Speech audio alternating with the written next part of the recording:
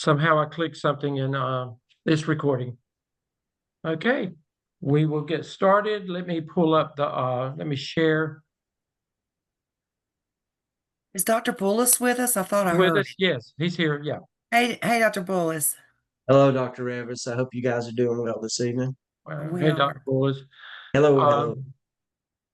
Dr. Revis, go ahead and let's get started. I've pulled can everybody see the agenda? Yes. Okay, we'll go ahead and get started. Okay, well, welcome everyone to week 5. And so we are halfway through the course, if you can believe that. And you should be finishing up your CAAP this week, and we'll talk to you a little bit about that. We've got Dr. Moraglia and Dr. Bullis here today to talk a little bit about the SIAP, and then we're going to get into our presentations. So we've got a full packed agenda, and anyway, I have everybody through CAP 4, Dr. Stedman, and so remember that you put them all together. Let me look at it one last time, and that's by tomorrow evening, so you can go to Turnitin, and then I will give you feedback there. Turnitin scores do get a little higher as you finish up your work, but I will let you know if it's acceptable. If it is, I want you to immediately upload it to Taskstream for final evaluation. Right, and Dr. Revis, same thing. We have Dr. Bullis, Dr. Moraglia. In both classes, all students are where they're supposed to be. They are ready to put the CAP together, and the majority of mine have already cleared the CAP. So, I'm very, very pleased with where we are with all the evidence work. So with that in mind, Dr. Bullis, Dr. Moraglia, I'm going to stop share, turn it over to you guys, and let you take whatever time you need, to take them to the next step with what they are expected to do for you at this point. Dr. Bullis, do you want to share your screen? Yeah, absolutely. Let me pull that up. I've got Taskstream already queued up. Awesome. All right, just move over to here, and you just let me know where you need to navigate, Dr. Moraglia. Well, what I was going to do, Dr. Bullis, was just going through and kind of prioritizing like you and I talked about. So Sure. that's how we'll be going, in terms of sort of the pathway we're going to take. Okay, so I'm pulling up the DRF now. Yes, because I know that's the first priority. All right, good evening, everyone. It's kind of nice to see your faces. I feel like I've been talking with Dr. Stedman's class quite a bit through email and through Blackboard. So it's nice to see your faces again now that I feel like some of you I've gotten to know a little bit better just through communicating that way. But what Dr. Bullis and I want to talk about tonight is as you're starting to complete your CAP and you're moving into your SIAP, what comes next in terms of what you need to do for graduation and successfully completing not only 605, but the program itself. And so we're going to start tonight in Taskstream with your DRF. And as I just mentioned, we're going to talk about what the priorities are. So as you're listening and taking notes, what I did when I was talking to Dr. Bullis is I wrote down, okay, this is our first priority, this is our second priority, and this is how we want you to handle things and want you to approach it. So your first priority, as you finish up your CAP and you finish up your SIAP and you get them submitted to Taskstream and you get your score, is going to be to upload those two evidences into your DRF. This should not be anything new for anyone because you already had to do this with 601 and 603 with your APSL, your APTL, your OMA, and your SCIP. And so as you can see here, as Dr. Bullis is showing you, under MEL 605 in the DRF, you see where you will upload your scored CAP and you will upload your scored SIAP. So once those come back to you with a score, that is the first priority that you have. Okay? Any questions about that?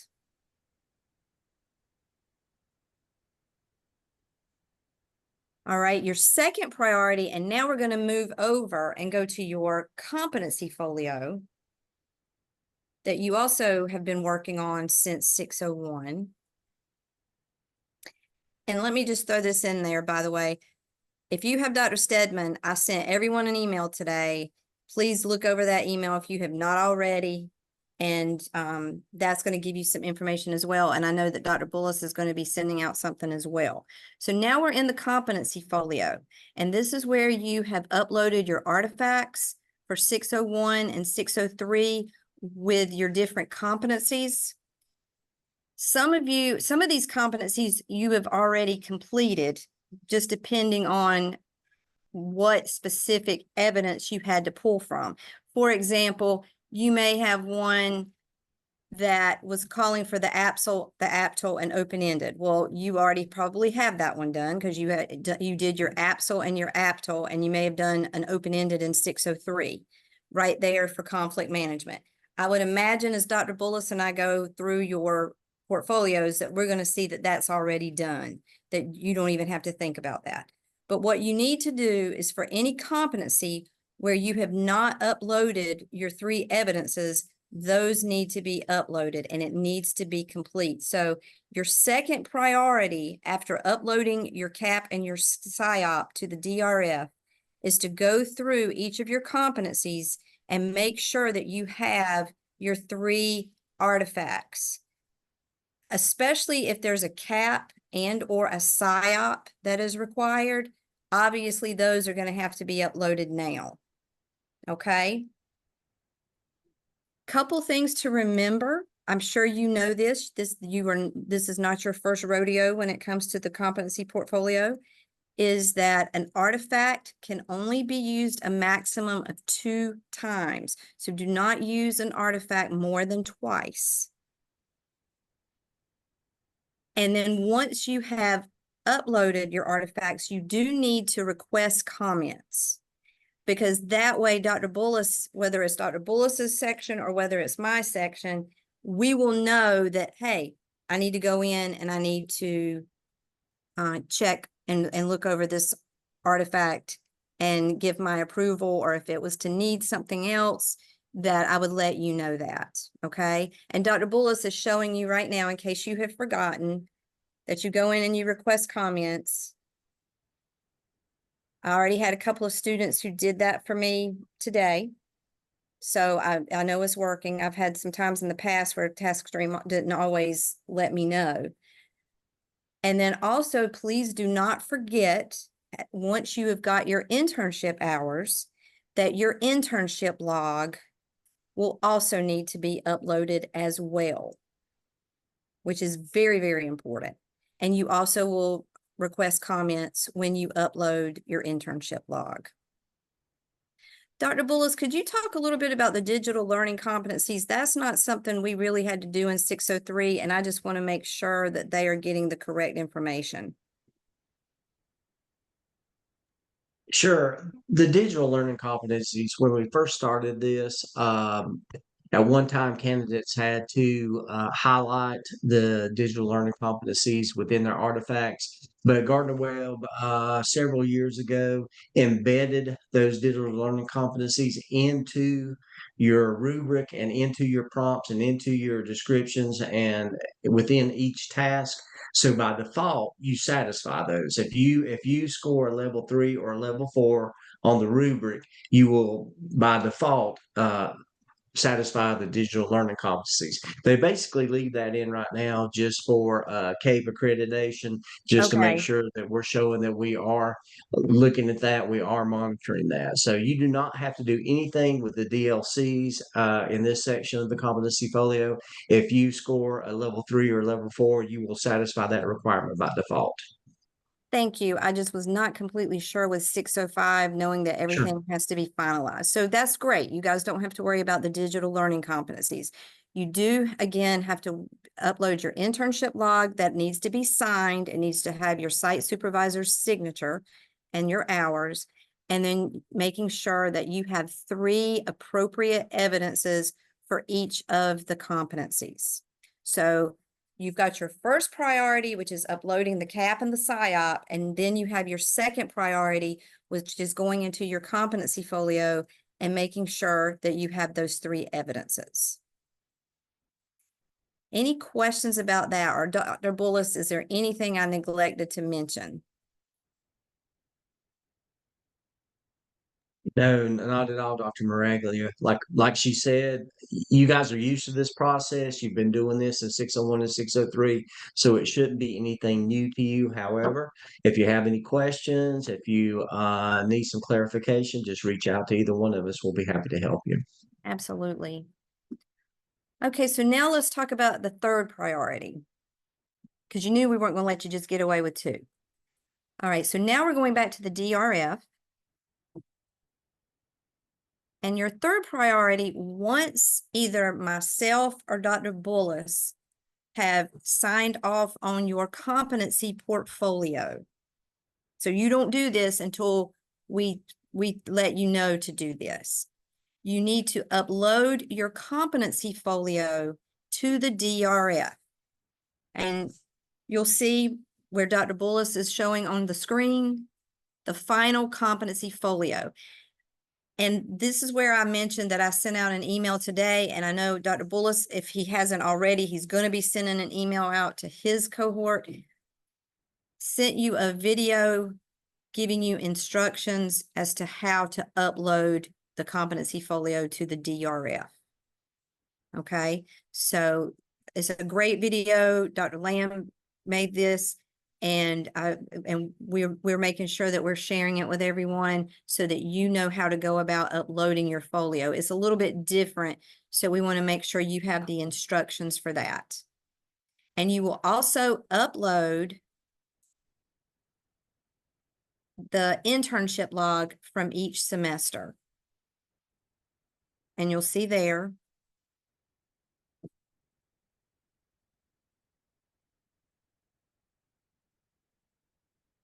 Where you upload your internship log, and you will need to request comments. Okay. Dr. Moraglia, may I ask a question? Yes. Okay, I'm a student. Do I have to combine my internship log from the previous 2 semesters, or do I just upload the one that was approved the previous 2 semesters? You would need to upload the internship log from each semester. Okay. And then again, make sure you request comments for both of those. I have a question about the folio. Okay. In 601, we were actually instructed to put it on hold, so we're not as familiar with that process. I wanted to know, do we upload the entire app tool, or do we upload just the section from what we were instructed to do was create a running document. So on that document, we have the explanation on how we met each competency, but we aren't sure what to upload into Taskstream because we were told to hold off on this activity. Yeah, Tatiana, since you're my candidate, I'll address that. It's a great question. First of all, you need to make sure that you've created the competency folio. If you need help doing that, it's a very user-friendly app. Actually, you would go to the competency folio. This is one that I created several years ago, for example. But if you click Create New, it's user-friendly into creating that competency folio. And what you would need to do at that point is you would need to go back into the document that you created. And I understand that because at one time they were talking about the principal folio. We may not be doing the competency folio because of new legislature with the North Carolina, but that's all changed now and that's on hold. And so it's not applicable to you guys now. So you will need to, if you haven't already, make sure that you create that competency folio. If you need some help, I can send you information to do that. Once you do that, you will need to pull those artifacts out of the document, the running document that you created in 601. Pull those artifacts out for each of the competencies and upload them to the corresponding leadership competency. So change management, you would go into your ABSL, pull those artifacts out that shows that you are competent in the area of change management, and upload them as an attachment here within the corresponding competency. You can write a brief description or copy and paste the description that you created when you did the ABSL. But the competency folio is all about artifacts. It's not about what you say you did. It's about what you actually did. It's the products that were created through the interaction of the evidences and the tasks within the evidences. So if you created an action plan, that's an artifact. If you created an agenda, that's an artifact. If you created an email asking your principal permission to form a PLC, that's an artifact. So that's the main focus on the competency folio, is the artifacts that were created through your engagement with the task. And that's what you'll be uploading into the competency folio. And you can include a brief description. Does that help? Yes, that does help. Let me And I ask. hope I'm not the only person with those questions, but No, It's a great question. Great question. Tatiana, Okay. you may not be. Let me ask a question. Any of the students, 4 students that, or any of the students I had in 601, I need you to respond to this. Remember, we had to tell you to put it on hold, but we told you that you would probably have to do something with it later on. We were told that in 603 that was corrected with you. Julia, Chelsea, Savia, and I have one more. Anyway, any of you, did you correct that last semester with your folio, competency folio? Yes, we did. Yes, we did. You did. All of you did that. So I would say, Dr. Bullis, Dr. Moraglia, if there's any of you that did not, you need to reach out to Dr. Moraglia or Dr. Bullis personally. If for some reason, whoever you had in 603, you did not get caught up with that.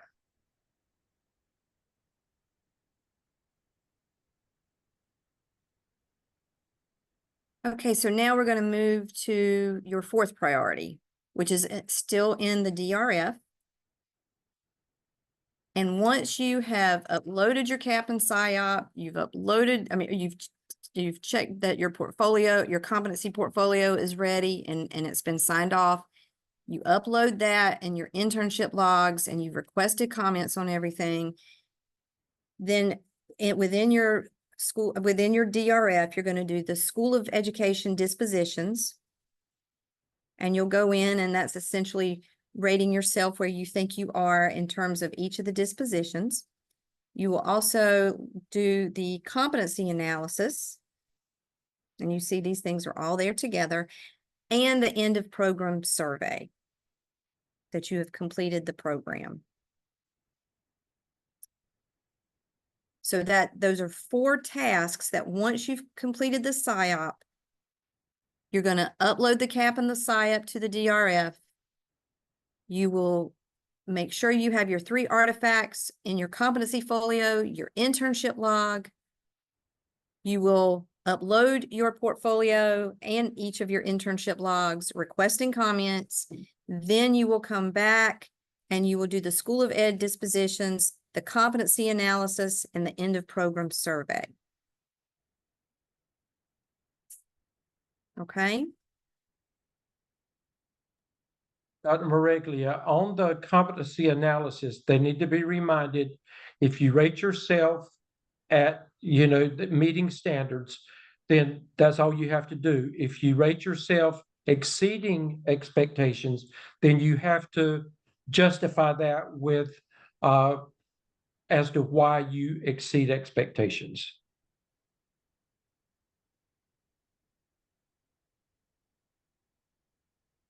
And we've got a question. Is there a way to know how the competency analysis is scored? I couldn't find written information about it. I lost points, but had no comments or information on why. The highest you can get on that is 92. That's the highest score that you can get on the is that right, Dr. Bullis? 92, I think. 92. Yes, yes, that's correct. And honestly, unless you just mess up, for the most part, you're going to get a 92, and that means that you have met program requirements.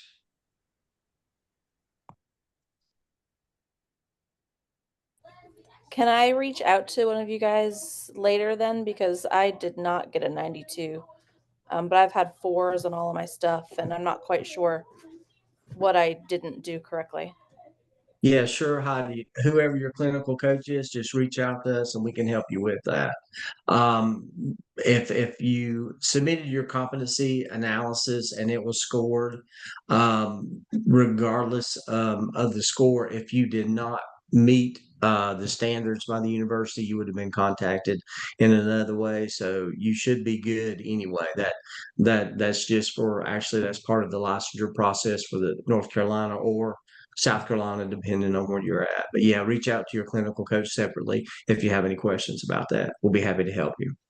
Heidi, you're going to be fine no matter what. Okay.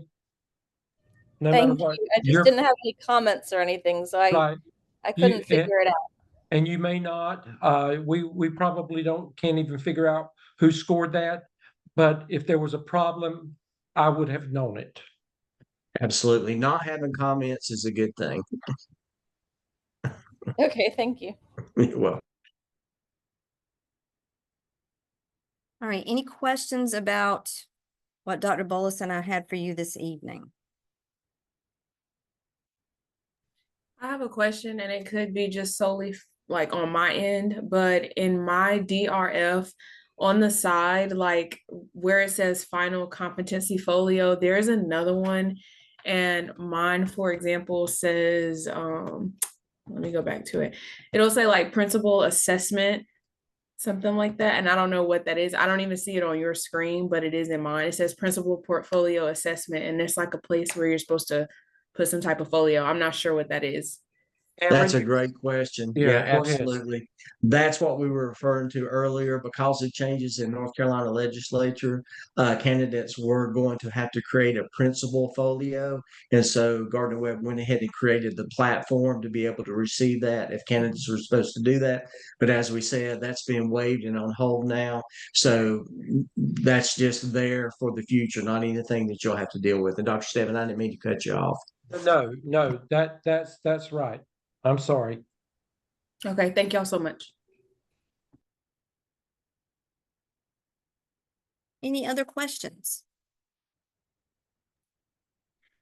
I just want to say how much I appreciate our coaches, and whether you realize it or not, you have 2 awesome coaches this semester, guys. They are giving you timely feedback, and you are getting through this very, very quickly. So, Dr. Moraglia and Dr. Bullis, thank you so much. I ditto that. I Thank agree. you. Absolutely. Thank you. And I'm just riding on Dr. Maraglia's coattails. That's all I'm doing. Please. I don't know what I would do without you. 603 is my jam typically, so I'm learning too, but everybody's been just very kind and patient, and so I appreciate that so much. Great team. Great team. I am loving this semester. Absolutely. Any more questions? Dr. Bullis, Dr. Moraglia, anything else? That's all I have. Okay. Thank y'all. That was good information. Guys, any questions of Dr. Moraglia and Dr. Bullis before they sign off? Because they probably have, Dr. Moraglia is at the beach and Dr. Bullis is probably camping somewhere. But anyway, before they get back to their life of leisure. And we probably have stuff to read. Okay, any questions? And I Okay, think Lauren had a question about when is the last day to do internship hours? Thank you, Joseph. As far as I'm concerned, up until the time of the deadline in July, you can collect those internship hours up until I have to turn in uh, my grades and stuff like that. So I'm good. You keep working hard to get those hours in, and I'll take them. The last minute of the last day. It's not a problem. If you have a concern about completing your internship hours, excuse me, please get in touch with us because there are other things that you can do that'll help speed up that process and add to that hour accumulation if you're struggling. If we don't know that you're struggling, we can't help you. So if you're struggling getting those internship hours in the summer, and that can be challenging, of course, please reach out to us individually and we will help you. That should not be a roadblock that's preventing you from finishing up. Not at all. And remember, Joseph and students, remember in your Blackboard shell, there's a task stream schedule of due dates. So that is on at the very bottom of that, the due dates for everything for Dr. Bullis and Dr. Moraglia. Okay. And I would really go by that because you've got to also have time to submit, to upload, to get it submitted, get it scored. So I would really follow those deadlines that Dr. Revis and Dr. Stedman have laid out for you. Well, one of the things you've got to remember, you're considered graduates, even though you're not marching. So they have a quick turnaround to get all this stuff ready, processed, and submitted to DPI to get your certification in a couple of weeks after. So that is why the deadlines are so important. Okay. All right. Thank Okay. you. Thank y'all so much. And Dr. Moraglia, Dr. Bullis, just let us know when you need to come back on, okay? Okay, thanks. Okay, thank you. Let me share again.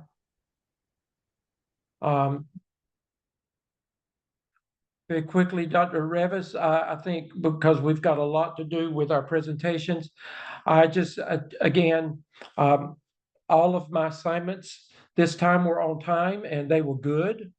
I think everybody did what they were supposed to do. And just a reminder of assignment 5. And this is, when you pick one of these, when it says briefly describe, look, don't minimize the responsibility in what you're doing by saying briefly. Make sure that you do what you're supposed to do there, okay? So that strength based. May I say something there Sure, on go this? ahead.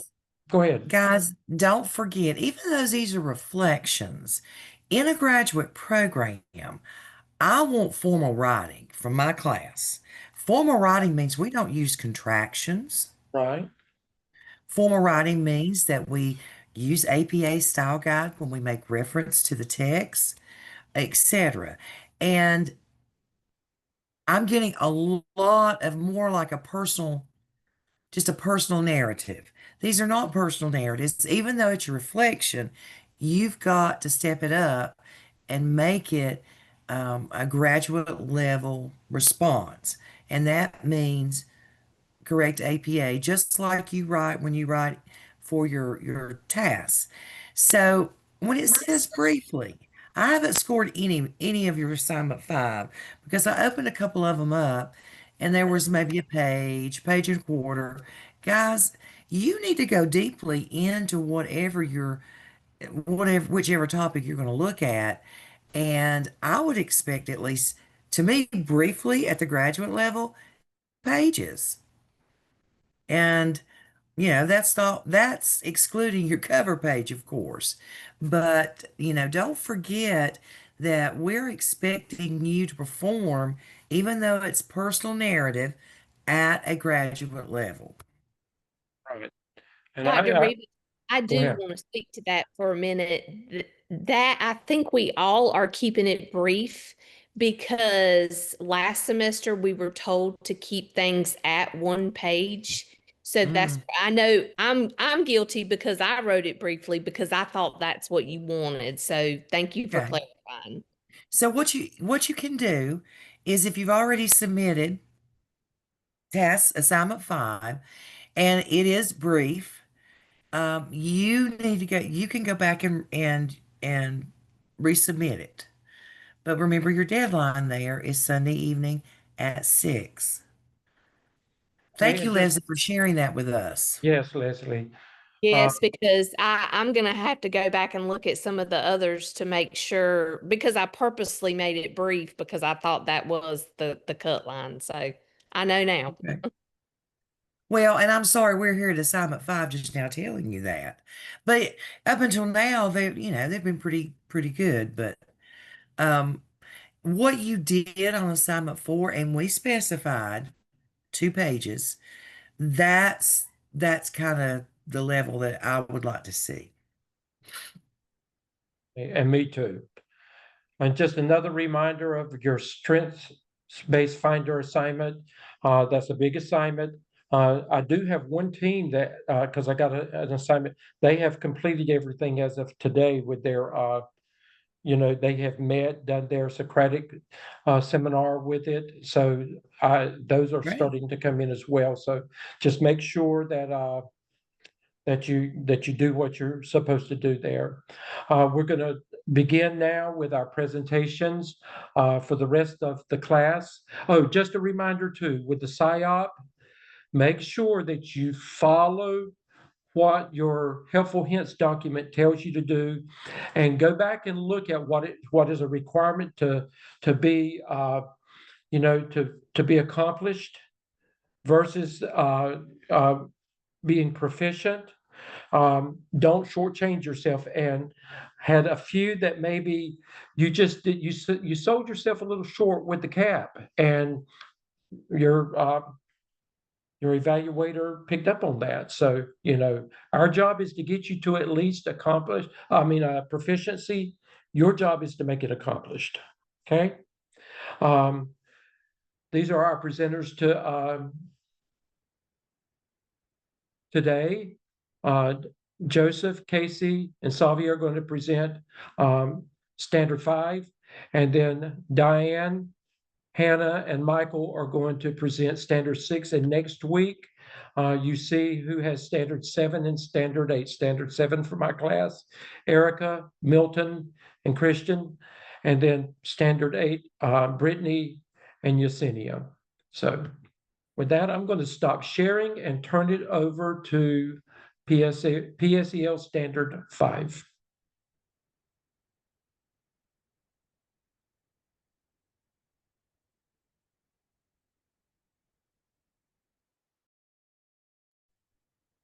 Right. Let me make this slideshow. Oh, wrong thing. How do I present? All right, where it says slideshow. All right. Keep going. Oh, I see it. Ha. Oops. Sorry.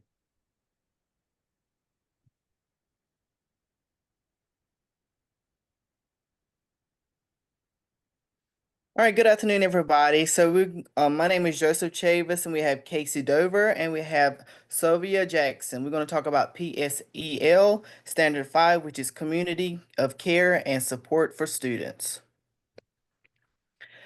So in this PSEL Standard 5, for Community of Support for Students, it's effective educational leaders cultivate an inclusive, caring, and supportive school community that promotes the academic success and well-being of each student. So what did this mean is build and maintain a safe, caring, and healthy. Hold on, let me scoot over. A healthy school environment that meets the academic, social, and emotional and physical needs for each student. Create and sustain a school environment in which each student is known, accepted, and valued, trusted, and respected, cared for, and encouraged to be an active and responsible member of the school community. All right, so It also talks about provide coherent systems of academic and social supports, services, extracurricular activities, and accommodations to meet the range of learning needs of each student. And we also have promote adult, student peer, and school community relationships that value and support academic learning and positive social and emotional development. It also talks about cultivate and reinforce student engagement in schools and positive student conduct. It also talks about infuse the school's learning environment with the cultures and languages of school's community. So that's what it describes in the standard, where the standards come from, like the descriptors of PSEL 5. But we're going to do like a translation of what that actually means. So it's all about building community, building a safe environment, all that fun stuff. But it's focused on what the leader can do about that. So like the leader's ability to create a school environment where every student feels included, supported, and encouraged, both academically and emotionally. So we're not just talking about their grades, we're talking about the whole student. It emphasizes that effective leaders go beyond, like kind of above and beyond the call of duty. Cultivate an inclusive and supportive school climate that helps students feel seen, valued, and directly impacts their academic engagement and achievement. The standard recognizes that students' well-being and academic success are connected. I feel like that's a key thing as well. And it ultimately it highlights that great educational leadership is not just about instruction, it's about people, relationships, and community, because I mean, we've all been in education long enough, we know it takes a village, right?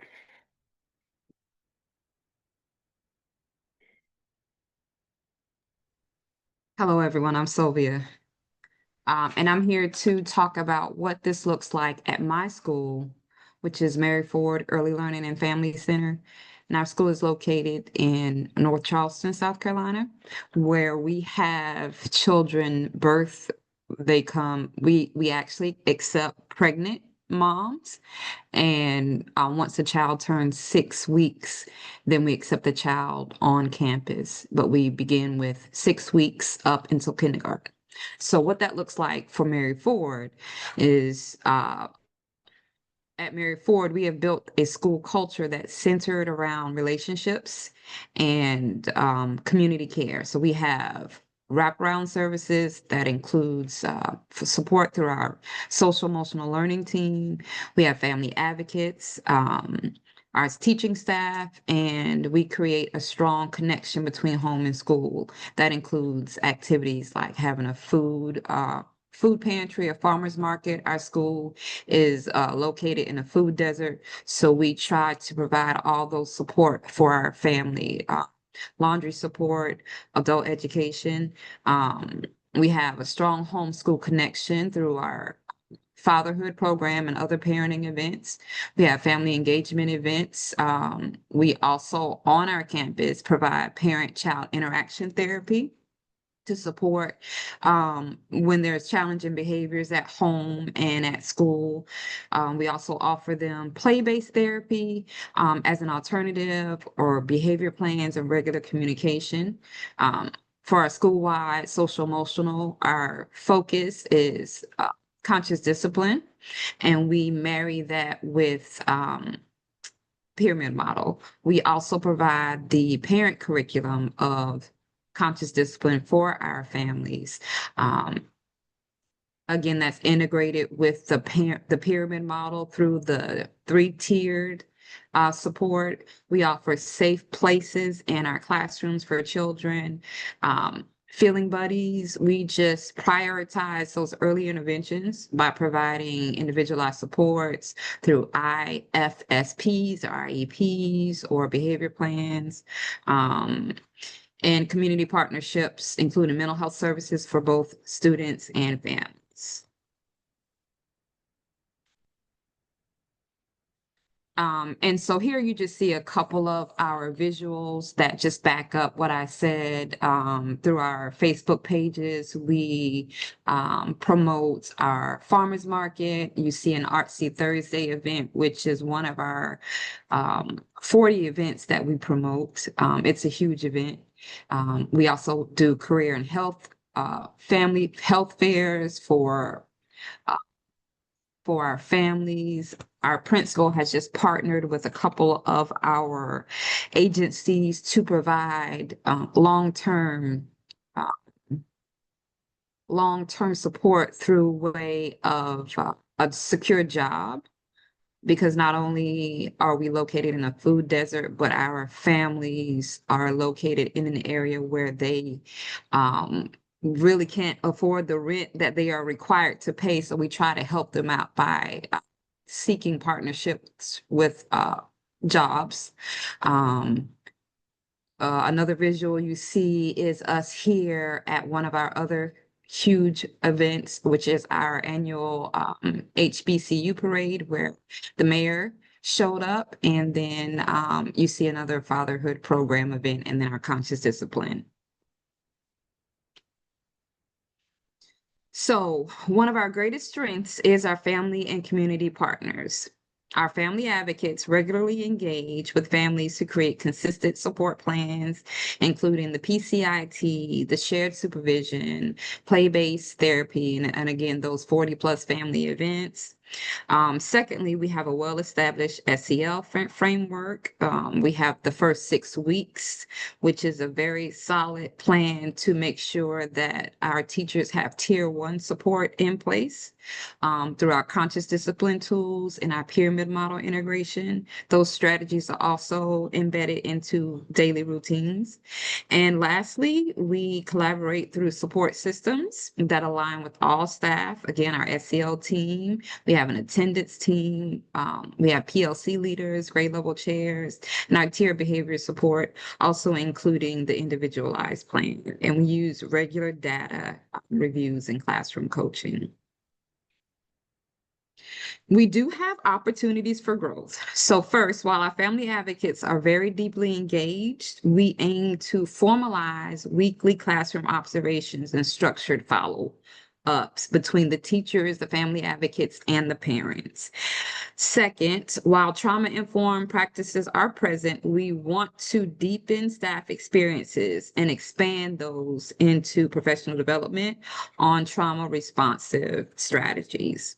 And lastly, we are developing a more robust SEL progress monitoring system that will track outcomes and guide individualized supports, which also will align to our MTSS framework and our weekly SEL meetings.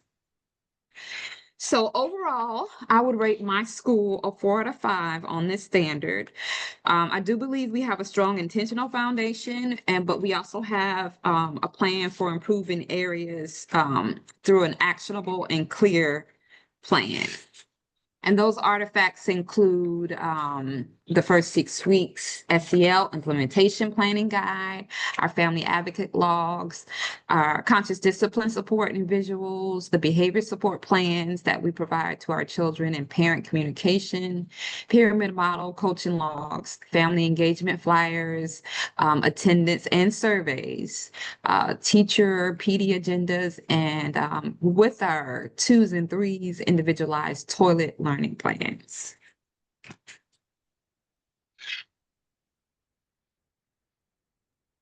All right, so this is my school. I'm at the Special Children's School located in Winston-Salem, North Carolina. We're one of the we're one out of the 4 special schools at our district. Even our school says the Special Children's School, about 90% of our kids have disabilities, but we also have a typical kindergarten classroom. We also have in our inclusive classrooms down the hallway, in our larger classrooms, they can have up to 16 kids.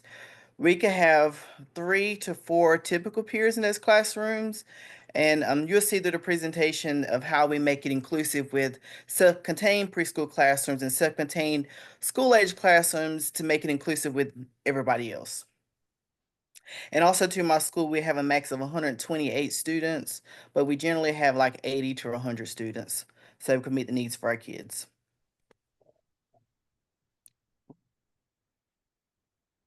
All right.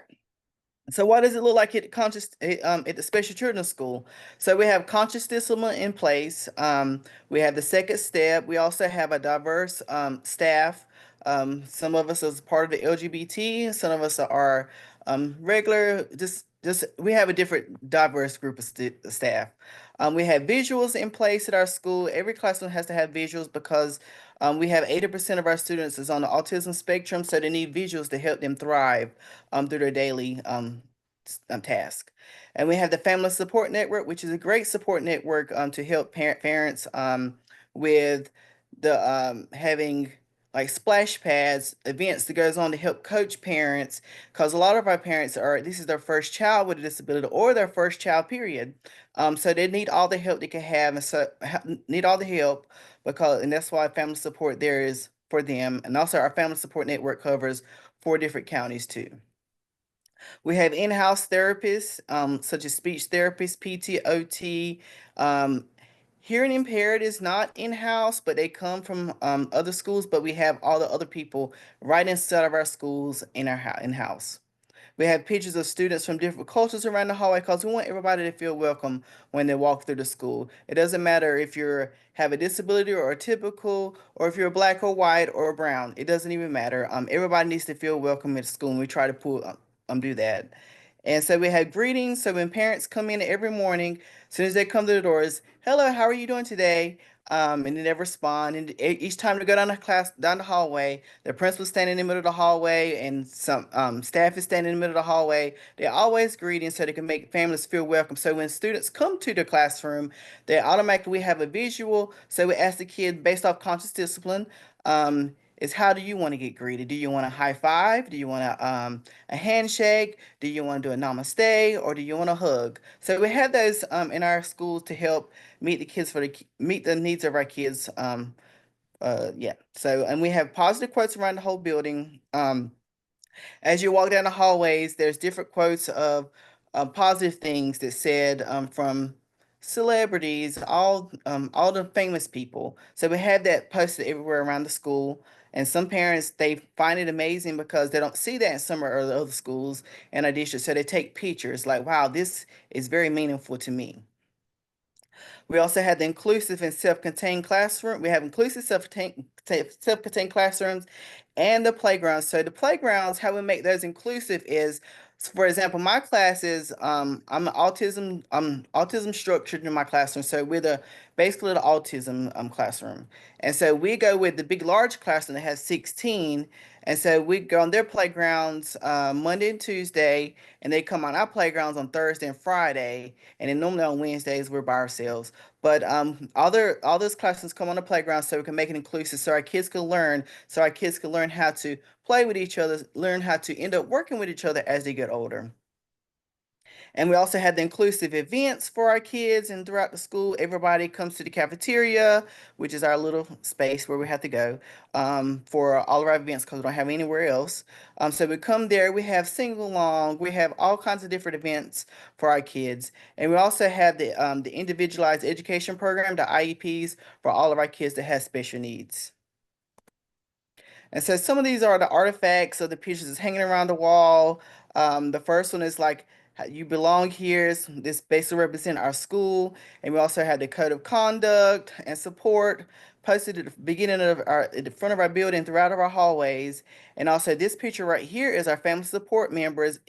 What's so good about family support network at our school is that every one of the employees for family support network has a child with a disability. So they're very familiar of kids with disabilities, and they also have other kids in their family, other kids in their families who doesn't. So they're very familiarized with everything. And we also, here is another picture at the top where it gives them the option of how do you want to get greeted. But also what's good about this picture is we have different representation of students from around the world. And then also too, in our circle times every day when they we have circle times. We want to ask them, how are you feeling today? So, because some kids might be feeling sad, some kids might be feeling happy, some kids might just be tired or hungry. So we're giving them the option to tell us how they feel, because a lot of our kids are nonverbal, but also with our typical kids or kids that's verbal, they had that visual to help them respond. All right, here goes some more other pictures around the hallways. We have pictures of everybody around the hallways. So we try to make everybody feel inclusive in our school. And we also have the heart, because we love everybody who comes in.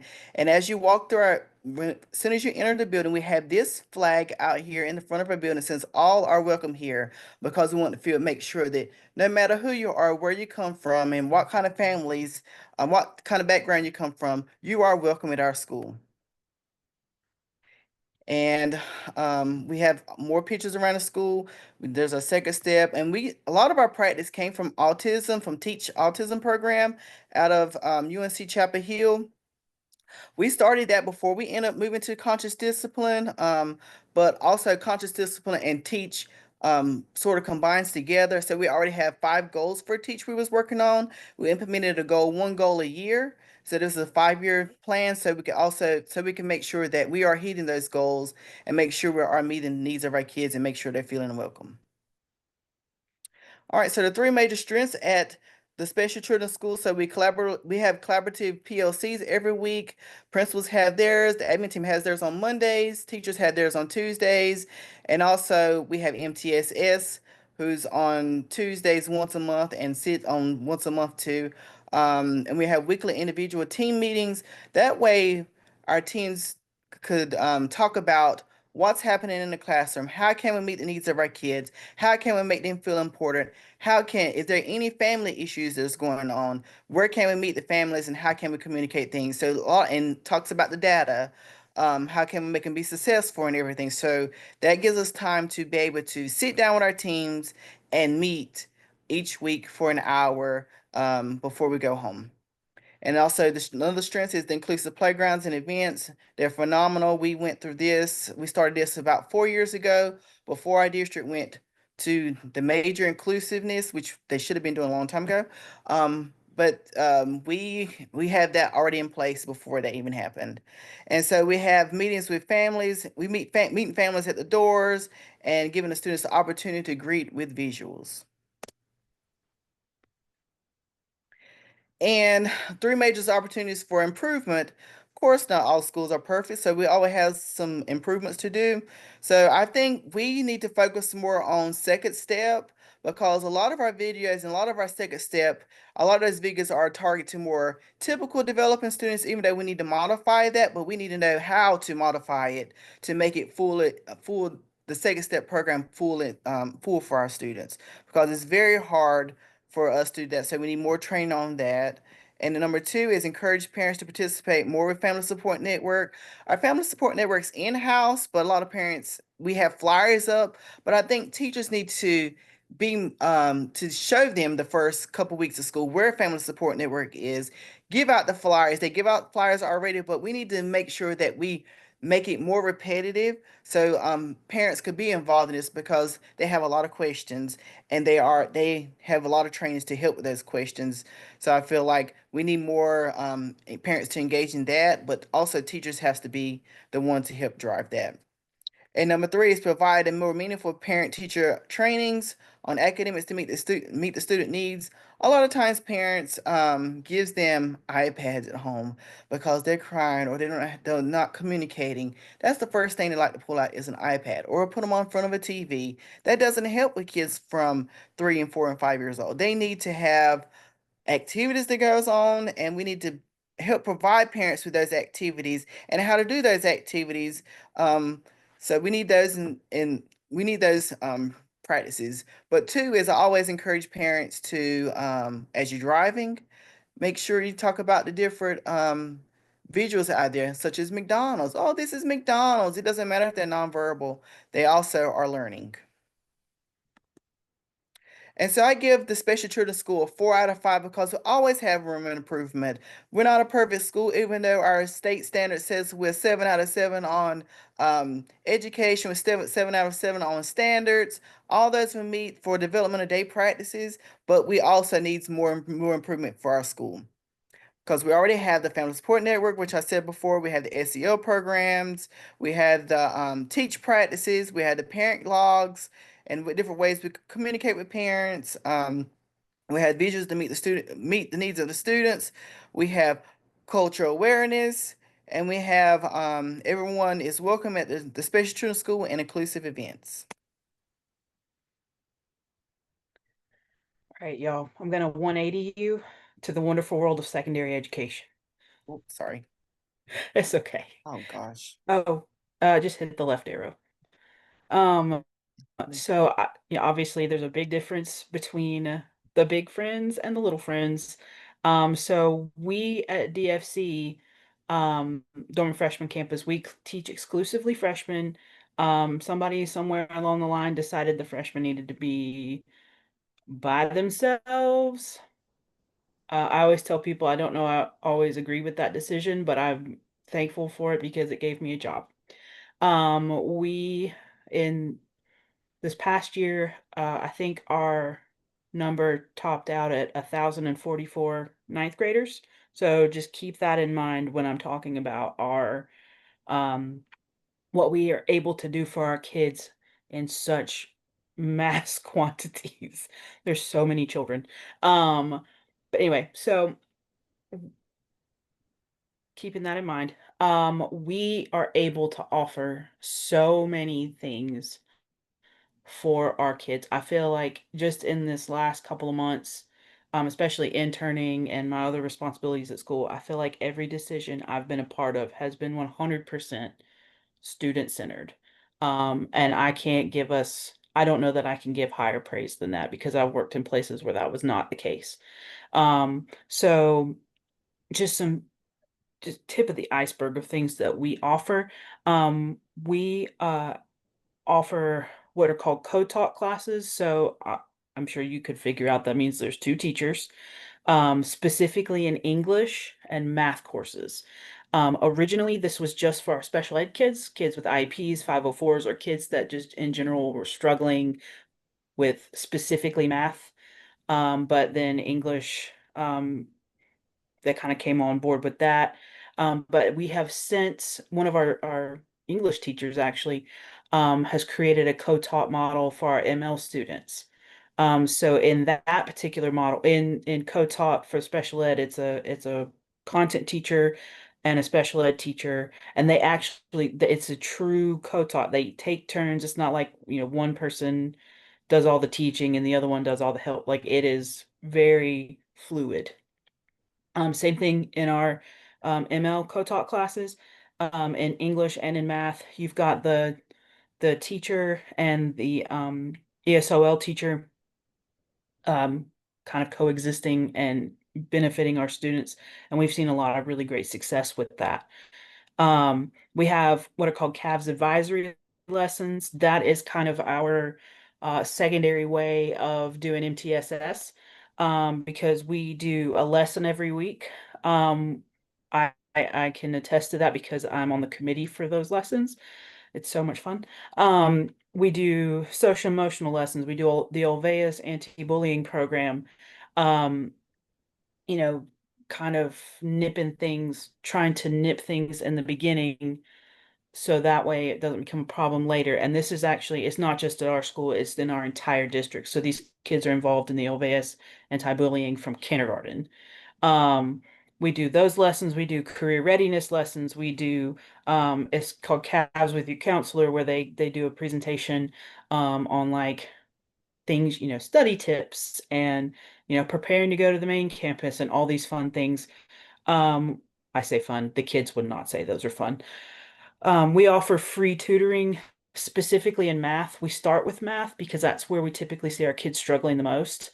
And then if we notice there's kids that are asking for or needing English tutoring, we'll start offering English tutoring or science tutoring or whatever the case may be.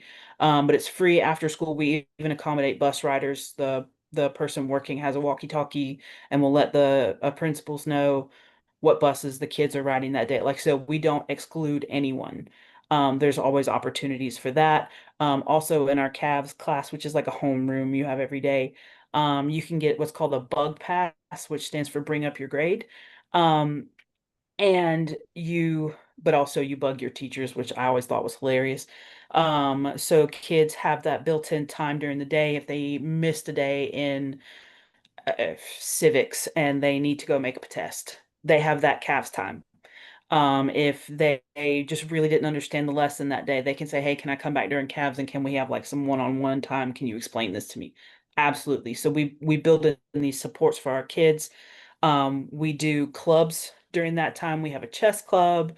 The only one that's not during that time is FCA. It meets before school because I think legally it has to. I'm not 100% sure on that, but I know that can't meet during the school day. Just all kinds of things to meet those emotional needs. We offer Regenesis counseling. We have at least 2 of those on campus. We have our 3 guidance counselors. We have what we call our Cavs mentor, because our mascot is a Cavalier, so everything is like Cavs based. Which is actually, if I have any Clemson people, our Cavs mentor is Sharon Peak, who was a Clemson standout and played in the NFL. He reaches out to our kids that are struggling, whether it's mentally, emotionally, whether it's academically, whether it's a combination of things. They have a bad, they come from a bad situation. He's just kind of like a big brother, like buddy. So we have that now. It's awesome. We also have implemented the Hope Squad, which I think somebody a week or 2 ago had Hope Squad Junior, which I thought was absolutely precious. And if you don't know what Hope Squad is, it's a group elected by their peers.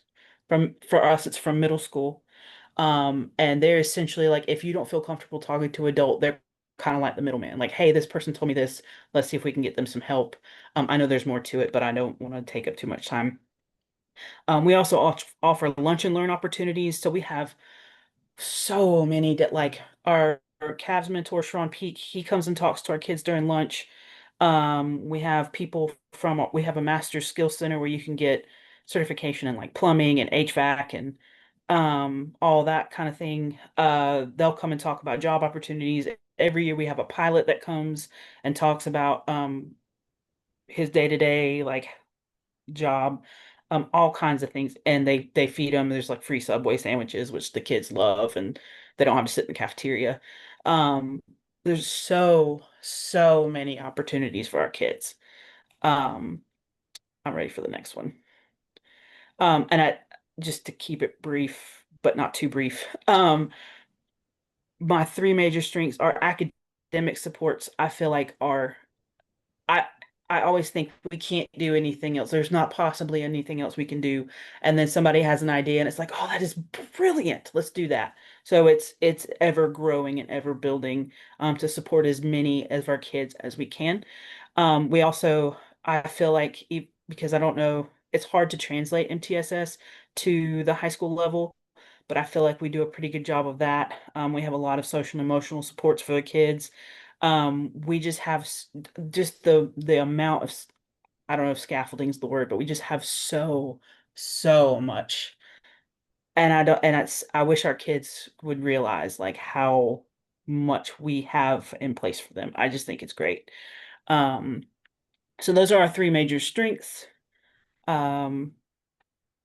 Couple things oh, that went all wonky. Formatting. Parent participation is hard in secondary ed, because we don't let strangers in the building. Stranger danger is bad. But there are opportunities for parents to participate. We have parents are of course always invited to IEP meetings. I've had, I can't tell you how many varieties of ways we've had parents participate in IEP meetings, phone calls, Zoom calls, Google Meet calls. I had a teacher that used like a Google phone, like the whole that like using her cell phone because they won't answer the school phone, like this whole thing. They participate in 504 meetings. We actually do what are called IGP meetings, which is an individual graduation plan, which every kid that comes through our school gets one, and they map out their courses. And that they do is, I love this, they start backwards. They go, okay, what do you want to do when you grow up? You don't know, okay, what are some of your interests? And they go, okay, if you're interested in this, let's look at these courses. Okay, to take these courses, you need to do these courses, and we need to fulfill these requirements, but you've got some wiggle room here. Like, they go through the whole thing for every single kid, and I love that. So parents are invited. Actually, they're the ones that have to schedule the meeting, which is great. Parents also have the opportunity to be on school improvement council. We also have to weekly communicate, but we don't always receive, it's not reciprocal. A lot of times we'll send out weekly emails and never hear from a parent ever. And so just figuring out ways to increase parent involvement, parent participation, something. Because like I said in the beginning, it takes a village, and the parents are part of that village. Um, Increasing student voice, because I feel like a lot of things, even though everything we do is student centered, it's not always student driven. We do have a student council. Um, Obviously there's like classroom autonomy where teachers allow their kids to, do different things or be involved in different ways, which is great. We have a DFC9 news program written by kids, for kids, produced by kids. Literally the teacher's just there and is like, this is how you use the equipment. That's pretty much it. So they get to express themselves that way. So they can feel seen and feel heard. But that's really where it stops. Like, nobody really, like, student council doesn't really do a whole lot of like, one of my friends suggested this and thought it would be a great idea for our kids, or like even we only really plan in a pep rally. It's what student council says they want to do. I don't know that many of them take the time to ask their peers, like, what would you like to see? So I think that's somewhere where we could improve. Um, and then positives, because I thought of this because of all of the elementary people and your awesome like behavioral reward systems, and I would love nothing more than to be able to do stuff like that. We have prizes for AB honor roll. Like, you get a ticket for AB honor roll. You can get it used to be cookies from the cafeteria, which are about this big, so that was worth it. But now it's like candy. Um, and if you get straight A's, you get a free Papa John's pizza, which is also awesome. But that's it. You get rewards for grades, and if you do something nice or something that reflects the values of being a Cavalier, you can be nominated, but you have to be nominated. It's not just like an automatic, I did something good, so I'm getting a reward. Um, you have to be nominated by a teacher, and then you get your picture on the wall, and you get like a t-shirt at the end of the year for being a true blue Cavalier. That's the extent of it. So what can we do to increase more student positive conduct and like acknowledging that, as a school, which is a tall order, but it is what it is. So that was another opportunity of improvement. All right. You're good. Okay. So just a couple of artifacts. Every single day, I love my principal. Every single day, and this is common amongst the district, on the announcements, good morning, Cavalier family. It's always good morning, Cavalier family. To support that inclusiveness. Blah blah blah announcements, and at the end she's like, and don't forget that Cavaliers care. We're compassionate, accountable, respectful, and engaged every single day, beginning, morning and afternoon, without fail. And that's just one small thing that she does that kind of makes us all feel like a community. I also have a picture of our lunch and learn with Sean Peak. Great guy. He's such a great mentor for our kids. And I just, because there's so many things and it's so hard to capture all of it. I did include a picture of our school dance because this only just started happening like 2 years ago in the 20 years that DFC has been a thing. But we planned it so that kids, if they want to be fancy and they have the ability, go on. That's fine. If the best you got is jeans and a t-shirt, come on. That's fine. We're just about you coming and, hanging out with your friends in a safe and comfortable environment, and just being kids for 2 hours or whatever. I love our art. Our hallways are always full of our kids' artwork so they can express themselves, and they're so positive. Even if kids don't feel like they're super artistic, they still end up producing some pretty quality things, which I love. So like that, digging deeper and finding out more about themselves. All of our fine arts programs, that's a picture of we call it the freshman finale. our kids do not get to rehearse together ever. But our chorus, orchestra, and band all play individually and they all play together the same piece and they don't rehearse together and it's always phenomenal. Just getting that outlet, getting to represent that side of themselves, which is cool. And then Hope Squad, because Hope Squad's awesome.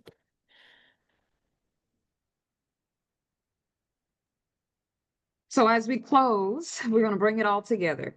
It's important to remember that PSEL Standard 5 is more than just a guideline. It's a daily living commitment. At its core, this standard calls on us to create school environments where every student feels safe, valued, and supported. The work we've shared today from Mary Ford, the Special Children's School, and Dorman Freshman Campus shows that while our settings may differ, the heart of the work is the same. Effective leadership begins with relationships. It thrives through responsiveness, and it's sustained by respect for students, families, and staff. By recognizing our strengths and naming our areas for growth, we position ourselves to lead with both empathy and intentionality. As school leaders, we have the responsibility and the privilege to build systems that don't just support academic success, but also promote emotional wellness and a genuine sense of belonging for every learner. So as we move forward, let's hold ourselves and each other to this challenge. Don't just meet the standard, live it. Every student, every day. And with that, are there any questions? Just want to say again, team, you have really enlightened us. Dr. Revis, I mean, three very different school environments, but I've learned a lot from this presentation, of the different ways of educating all of our children. Three unique schools, very unique schools, but like you said, Savia, all with the same purpose and always about, meeting the needs of our children. And, this was this particular topic was a big topic to cover. I think all three of you did an excellent job condensing it as much as you could and highlighting your special, unique schools. Again, job well done, all three of you. And I agree. It was very interesting to hear about the different schools and the different purposes of each of those schools. Right. And so, Salvia, I'm assuming you are from like a Head Start program. Is that correct? Yes, that's correct. Okay. I'm the director of our school's Head Start program. Okay, great, great. After I retired from the public schools, I worked 2 years in Head Start. And so I'm going to tell you what, and I hope everybody's hearing me. You've never worked a day till you work in Head Start because, boy, that's a federal program, and you talk about accountability. It's accounting for everything. So my hat's off to you, Salvia. Thank you. And I want to say too, Savia from the very beginning, because I had her in 601, she has taken this unique school environment and she has fitted it into this program and done a phenomenal job doing that. That's not always an easy task to do. Thank you. Awesome. So, Thank you. Okay, now we have PSEL Standard 6, and we have 3 people here. We have Diane, Hannah, and Michael. Now I know if you're looking at your clock, it's 7:13, and we have another group to get through. But I just ask that we all hang in there and let's give this group our attention, and we will hopefully learn some very interesting things about their school. And the PSEL standard here is about the professional capacity of school personnel. And one of the things when you become principal that you're going to learn very quickly, you don't go in and get to clean house and decide who you want to keep and who you want to pass on. You have who you have. It's your responsibility, a big responsibility, to develop the professional capacity of your school personnel. And that is the work, a huge part of the work as a school leader. So I'm going to turn it over, and I don't know who's driving, but go ahead, guys.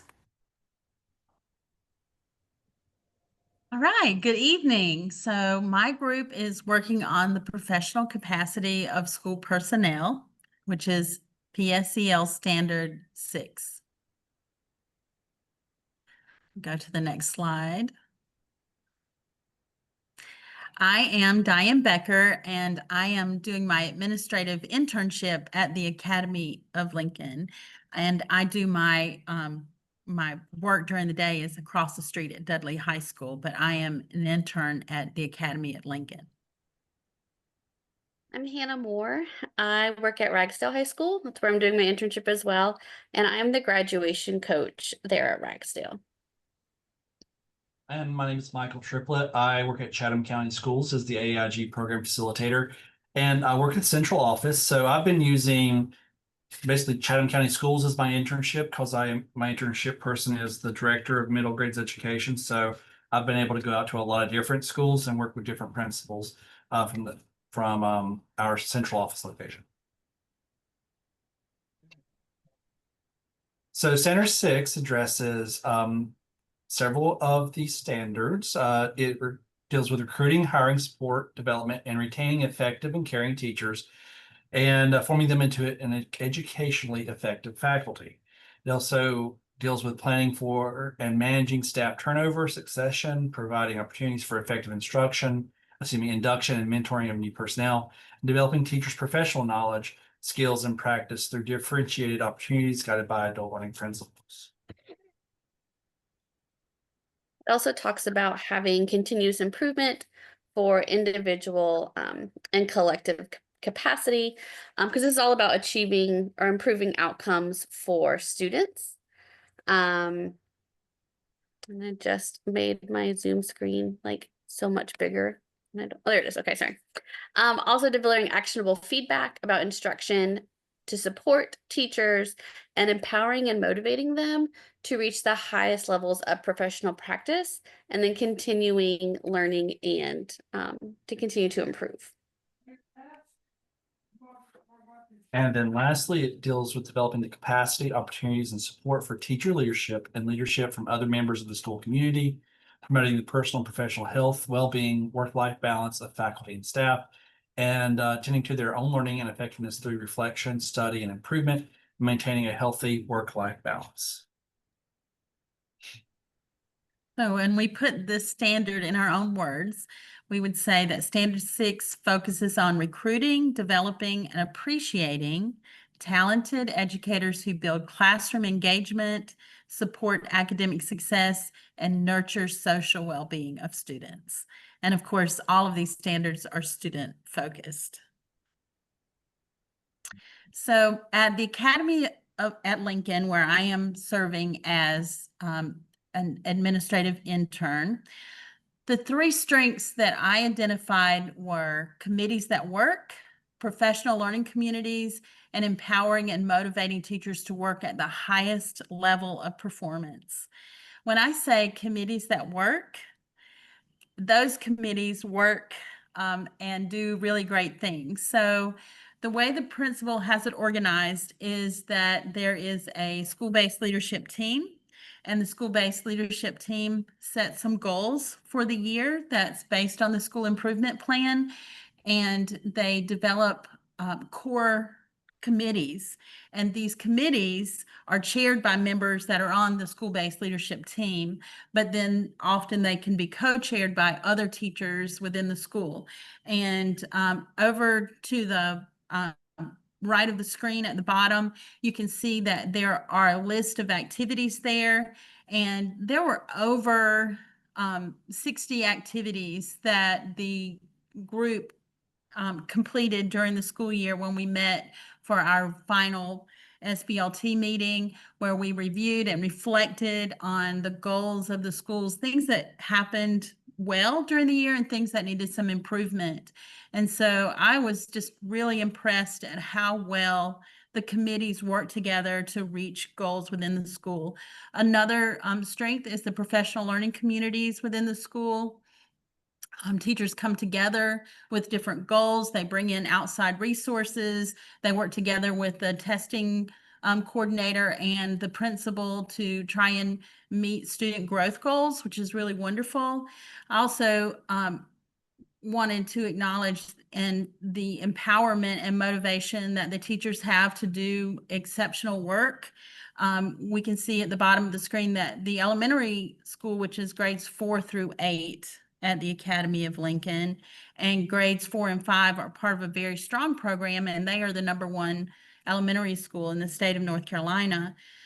And at the bottom, you see pictured there the SBLT committee. They're happy, energetic people. And in the center of the screen, you see that there's an honorable mention for a Tony Award, which the theater teacher received this year. One of 2 teachers in the state of North Carolina were given that recognition.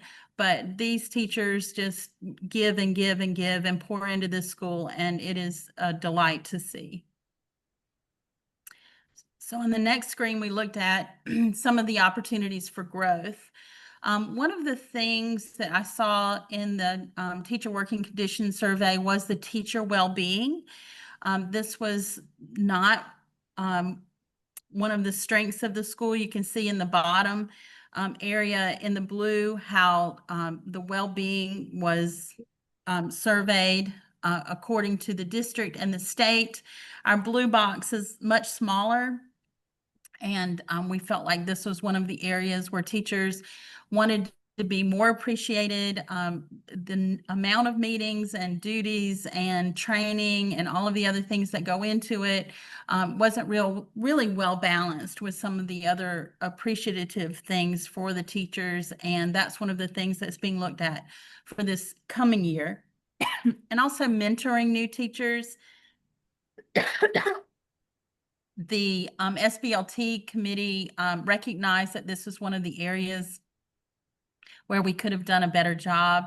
And also, I was, excuse me, I was one of the people who was supposed to mentor some of the new teachers. And I did do a workshop, but some of the time frames did not work out. I offered it twice during the year, but it was voluntary. And because I work across the street at Dudley, it just didn't work out that I was able to go in and help teachers during their planning time. And so this was another area where we felt like teachers could be supported. And rather than having some of the committees where they were on some of the building committees, that they would be able to come together instead of being on a different committee, that mentoring new teachers could come together, and that could be one of the committees that they are on, at least during their first year. And if they chose to branch out in a future year, then they could do that. And I think one of the things that everyone is struggling with is recruiting and hiring highly qualified teachers. Some of our new teachers and beginning teachers were at 70% teachers that were fully licensed, whereas we have about 30% of our teachers that are not fully licensed.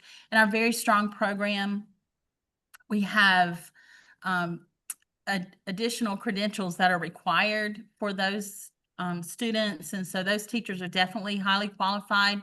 But in our residential community, that's not part of the magnet programs.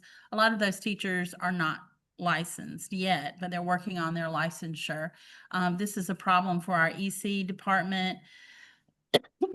Math and science, it's hard to find those teachers that are highly qualified. I think that's a problem across the state, but we are trying to think about innovative ways to make people want to come and be a part of the Academy at Lincoln.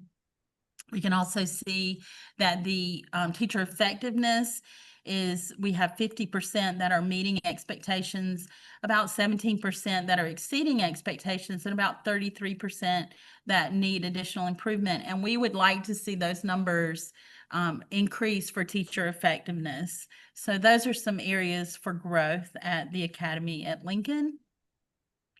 And so to sum it up, some of the things that were wonderful were the committees that work, the strengths of PLCs, and empowering and motivating teachers.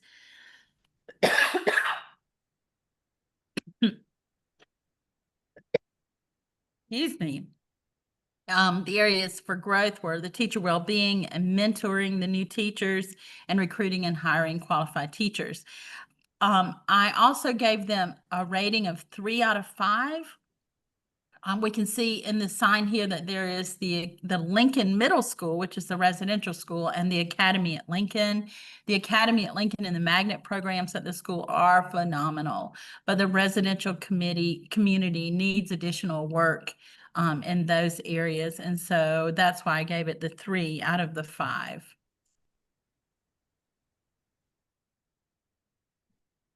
I'm going to go next and talk about Ragsdale. Diane actually and I work in the same district in Guilford County Schools. She works at Dudley High School for her job, and then Academy Lincoln, and I'm at Ragsdale High School, which is in Jamestown, North Carolina. And Ragsdale is a really interesting school.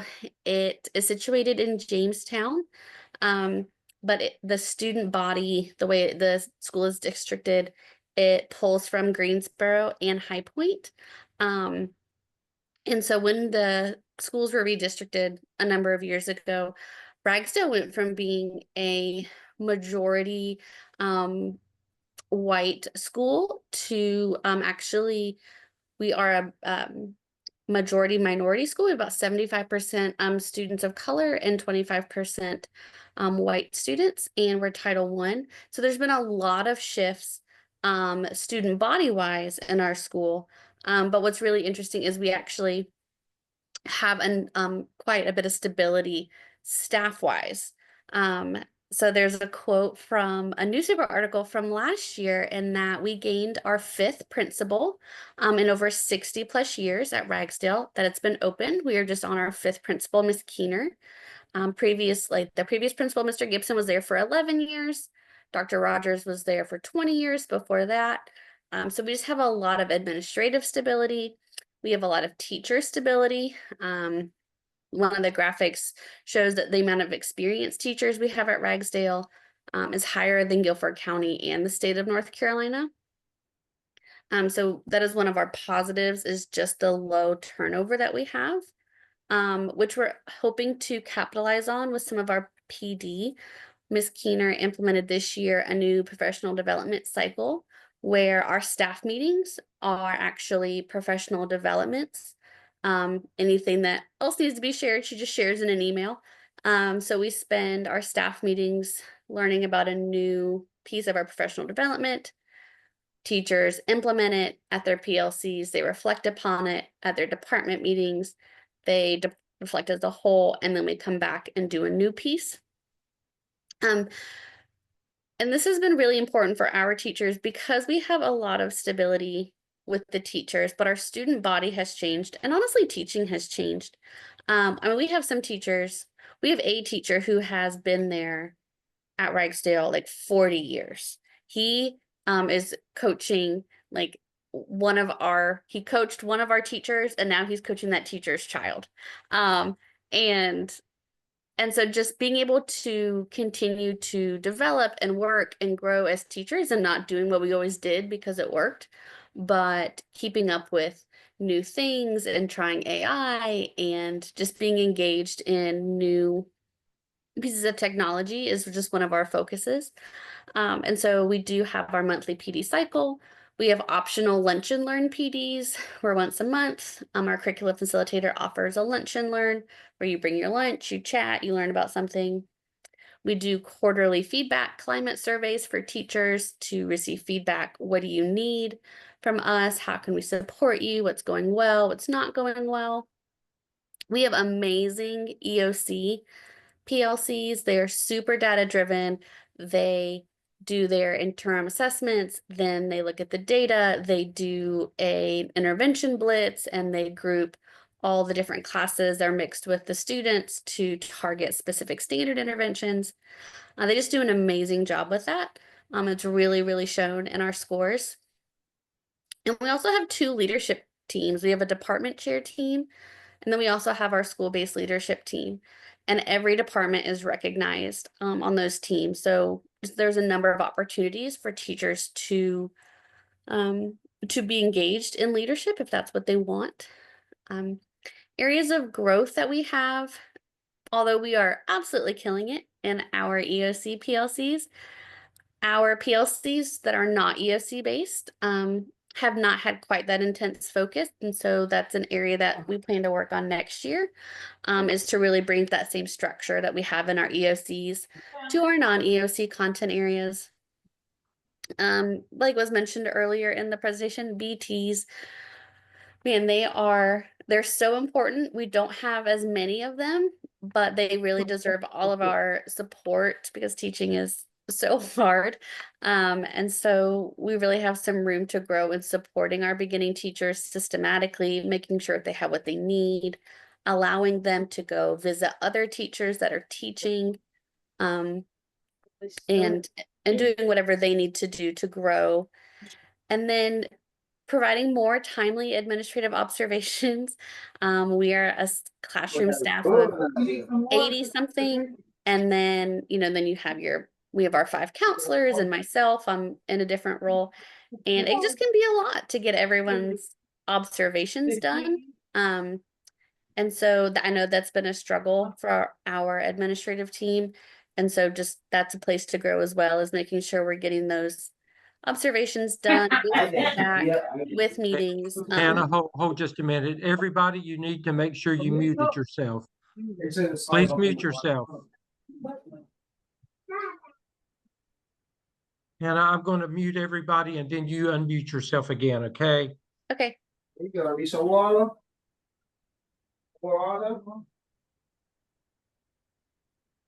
So proud of you. Okay, now Hannah, unmute yourself. Yes, sir. So just working on those more timely observations. We do have instructional walkthroughs that any teacher is allowed to join on to observe, but those are very informal. So those formal walkthroughs are an area of growth for us.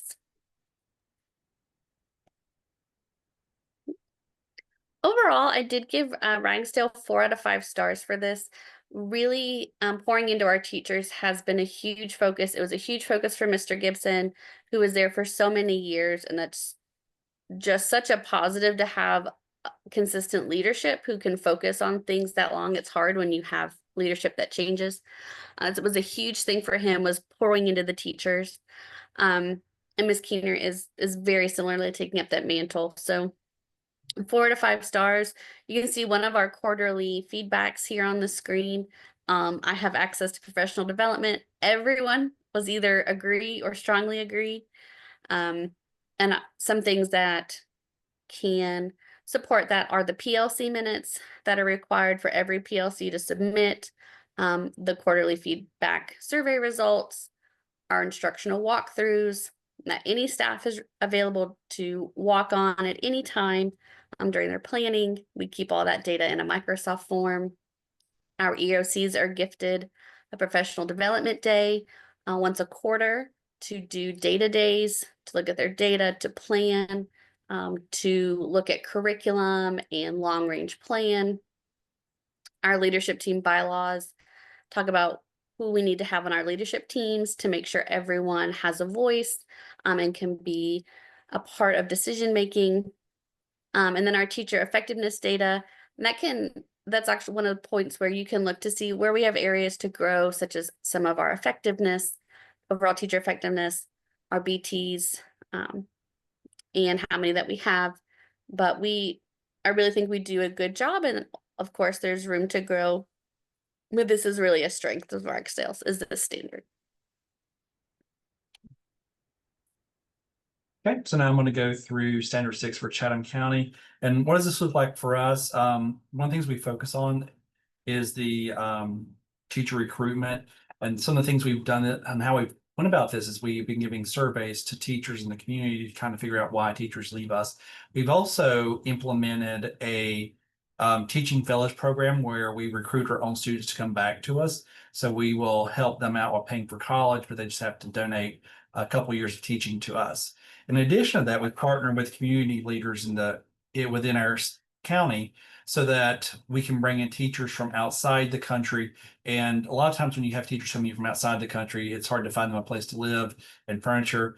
But there are apartment complexes that we work with that will ensure that their rent doesn't go above a certain level. So that way They can find affordable housing their first few years here, and they can use the lower rent that they're getting a break on to help buy themselves furniture. We also make connections with local universities and schools to try and recruit in areas that are, so we can try and get our teachers to be reflective of the students that they're teaching. We also have a big focus on staff development. So we have district PD days, which is where we at the district level, we look at our data and kind of think overall picture, what do we need to provide to teachers? And then you have school-based PD days. And these are days when when administrators and teachers at their school work together to look at their own data and determine what kind of professional development they need. Also, principals have went out for the K-8 principals. They've created a thing called K-Grade, where they all come together as a K-8 schools, and they focus on needs for them because they're seeing that their needs as K-8 schools is a bit different than K-5s and 6-8 schools. So they're working together as teams. They're building those connections across the district. We've also have leadership opportunities because we are a very data-driven county. So we are encouraging EC, ML, AIG, classroom teachers to be part of MTSS because we're pulling in benchmark data and data walls to help support the direction of the PLCs that they're leading. Let's see your next slide, please.